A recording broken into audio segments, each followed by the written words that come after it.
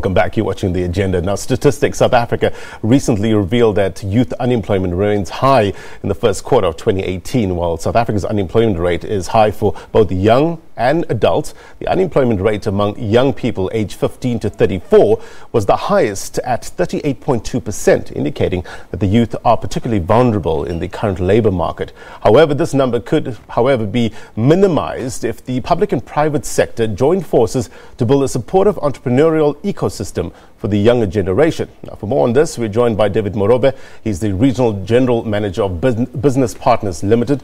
Mr. Morobe, thank you very much indeed for your time. Let's talk about youth and business. What are some of the challenges they face when opening up a business? I think there are big challenges for youth, but it's not insurmountable. I think other countries have shown that it is possible for young people who grow up in a totally different environment to previous generations can do in starting their own businesses. You remember now, this youth that we have, which we call Generation Z, are those that were born between 1995 and 2012, have grown up in an area where they have got a plethora of information via the internet. They grow up in social media times, and many new businesses have come up that we wouldn't have anticipated previously. We've got a lot of e-commerce businesses, the Amazons of this world, the WhatsApps. These are businesses that were not there before, and there's no monopoly of great ideas. It can happen also on the continent such as Africa, and we need to be there, as you rightfully said, with government providing the support, with the private sector providing the support, communities per se, to ensure that this youth of ours can be able to overcome the challenges of unemployment. Yeah, no doubt the youth of South Africa in particular are au fait with the newfangled gadgets and stuff like that, the ICT sector, the internet. But is there appetite for other businesses in terms of the youth involvement? There should be. I mean, look, our youth is very talented in a variety of spheres. You can look. Yes, the digital era at the moment is upon us, but there's manufacturing opportunities, there's retail opportunities, there's fashion design.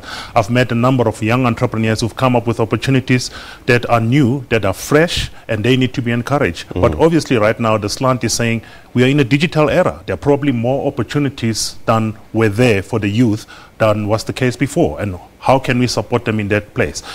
If you take, for example, that just internet penetration is much more reduced amongst the lower income group than you have in the higher income groups.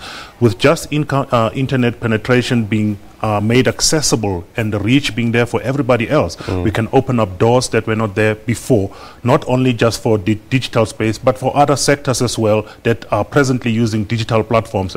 For you to buy currently with e-commerce, you can interact with retail, you can interact with manufacturing. So that's the space that we should open up for our young people. Yeah. Your company, Business Partners Limited, finances entrepreneurs, young entrepreneurs? That's the whole cost that we are for. We support entrepreneurs, we finance them with a threshold of 500,000, when we can go upwards to about 50 million, and we look for those that are wanting to start, expand, or just sustain their businesses. Okay, give us a typical example, a scenario. A young person comes to your office, where are you guys based, and what's the process like? Well, we have about 22 offices countrywide. We have what we call investment officers, which are the frontline people who will interact with entrepreneurs as they come to us. We would look at the idea that the entrepreneur has, obviously most times contained in a business plan, which we'll be able to scan through for about a week, and thereafter say whether there's an opportunity or not. Then we'll commence with our due diligence over a period of time and then submit it for approval if it's something that is viable, that can be funded. I think what is important is for the people that come to us to display that they have the doing skills for that which they want funding for, that they have the business skills, and they are entrepreneurial. They are prepared to take the risk. These are the traits that we want to see in all people that want to apply for funding from us. You know, you mentioned people coming to you with these ideas. So what sort of ideas are you getting? Are they out there? Are they practical? Are they plausible? What sort of ideas are you getting in? How can the youth, what sort of advice would you give the youth in terms of putting a business proposal together and approaching organizations like yourself? I think that triangle that I mentioned about the doing skills, you need to apprentice yourself to get that ability. If you say you're a carpenter, for instance, you should be able to do that. You should have some business skills that you can put to bear, and obviously you're more entrepreneurial. If you come through to us, then we will interrogate that. And if you ask me, every day when people come to us to apply, I'm oftentimes surprised at the innovativeness that come from our young people. One minute you get those that are wanting to solve access access to learning material, maybe through digital platforms.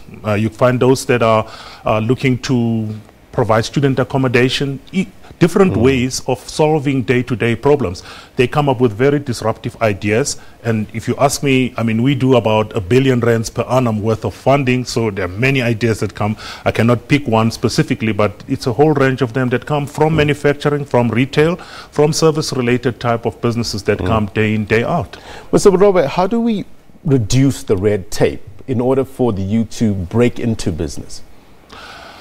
I think red tape is a combined challenge which talks to the ecosystem that we want to have sorted out. Business first, making sure that there's an enabling environment. If you want to register a company, if you want to go through all the issues of licenses, municipalities, you should be able to get through with ease.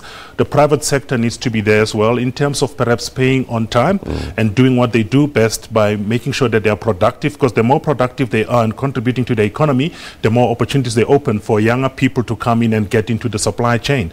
And as a community as well, need to be attuned to that, to say we want to support young people per se to be able to run businesses. And perhaps one thing to mention as well is just the education system, to make sure that it is supportive from primary level. Why are we not providing for information on platforms that are accessible? Why do we still have to have textbooks? Maybe this can be now provided on platforms that are there if accessibility and reach is available on the internet. And most importantly as well, for us to bring role models to these younger people to say it is possible for it to be done. Imagine if we had Elon Musk coming to the school that he attended locally here, what it does to young people, that it is possible. And there are many, many entrepreneurs that have gone through the schooling system. That way, we are breaking through the red tape, not only of starting your own business, but making sure that all the parties that are involved in creating that ecosystem participate therein. Yeah, speaking about that ecosystem, business is dynamic, isn't it? I mean, it's forever changing. That business space is forever changing. How can, the youth stay innovative in order to stay ahead of the game? You invariably are required to be innovative. And the youth, as I've mentioned, with a plethora of information, I think you and I, maybe me more than you, had to look for encyclopedia to get a simple solution to a problem. They have all the information that is at their fingertips. They can then be able to say, how do we take this to the next level? You and I would not have thought of creating a WhatsApp platform, would not have thought of creating a Snapchat platform. So they remain innovative, and perhaps it's for us to open up and say, let's view and be able to spot that talent when it comes through from our society. People outside of our countries, let's say in Kenya, created a platform called M-Pesa to make payments available to rural communities. So innovation is there.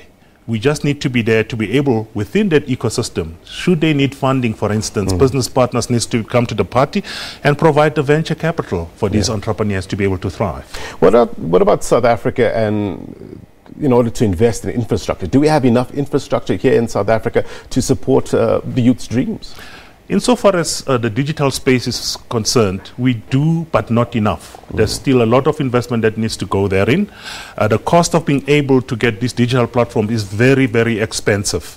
So, I mean, we rate about one of the highest in terms of access to data and such costs. So we need to be able to address those things by investing in the infrastructure, getting all the role players, the ICASAs of this world, to make sure this is cost affordable. Always a pleasure having you here. Thank you very much indeed for your time. David Morobe is the Regional General Manager at Business Partners Limited, talking to us about entrepreneurs and the youth. Well, let's take a bit of a break, but when we